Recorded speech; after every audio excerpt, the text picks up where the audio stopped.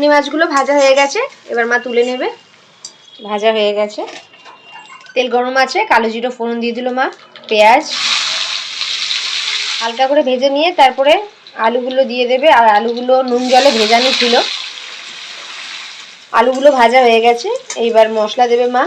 আদা রসুন কাঁচা লঙ্কা বাটা, 2-3 মিনিট নাড়িয়ে নিতে হবে। এইবার পেঁয়াজ বাটা দেবে, হলুদ গুঁড়ো ভালো করে কষিয়ে নিতে হবে। টমেটোর বাটা দেবে মা, কাশ্মীরি গুঁড়ো লঙ্কা, নুন, আরও 2-3 মিনিট কষিয়ে নেবে। ভালো করে কষানো হয়ে গেছে, এইবার গরম জল দিয়ে দেবে। এইবার চিংড়ি মাছগুলো দিয়ে দেবে মা। এবার মা ঢেকে রেখে দেবে, শুকিয়ে গেলে নামিয়ে দেবে। ঠিক আছে, দেখে কিন্তু দারুণ লাগছে।